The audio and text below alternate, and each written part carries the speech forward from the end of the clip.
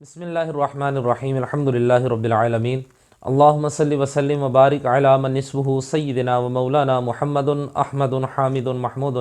حبیبک النبی الامی رؤوف الرحیم وعلی آلہ و اصحابہ اجمعین وبارک وسلم وصلی علیہ۔ معزز سامعین کرام، السلام علیکم ورحمۃ اللہ وبرکاتہ۔ اگر کوئی شخص یہ بات چاہتا ہے کہ اللہ رب العزت اس کے ساتھ خیر والا معاملہ فرمائے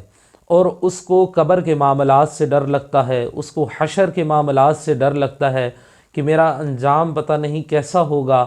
اور وہ گناہوں کے اندر اتنا دھس چکا ہے کہ وہ ہر وقت بس پریشان حال رہتا ہے، ہر وقت وہ بس اس حال میں رہتا ہے کہ بس اللہ رب العزت خیر فرما دے۔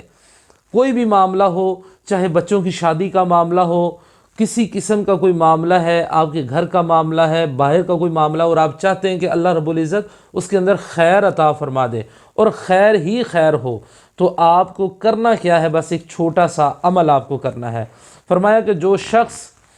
جو کوئی بھی، چاہے مرد ہے چاہے عورت ہے، فرمایا کہ جو کوئی بھی بعد نماز مغرب سورہ ہود کی آیت نمبر 18 سے لے کر آیت نمبر 25 تک،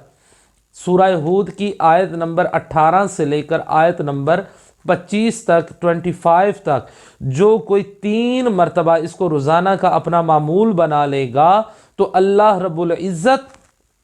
اس کے ساتھ خیر والا معاملہ فرمائے گا، یعنی کہ اس کی ہر چیز کے اندر اللہ رب العزت خیر اور برکت عطا فرما دے گا، اللہ رب العزت اس کی پریشانیاں دور فرما دے گا۔ اللہ رب العزت جب کسی کے ساتھ خیر والا معاملہ فرماتا ہے تو اللہ رب العزت اس سے راضی ہو جاتا ہے۔ اللہ رب العزت کی بارگاہ میں دعا ہے کہ اللہ رب العزت ہمیں قرآن و سنت پر عمل بہرہ قدوس تک پہنچانے کی سعادت اور توفیق عطا فرمائے، آمین۔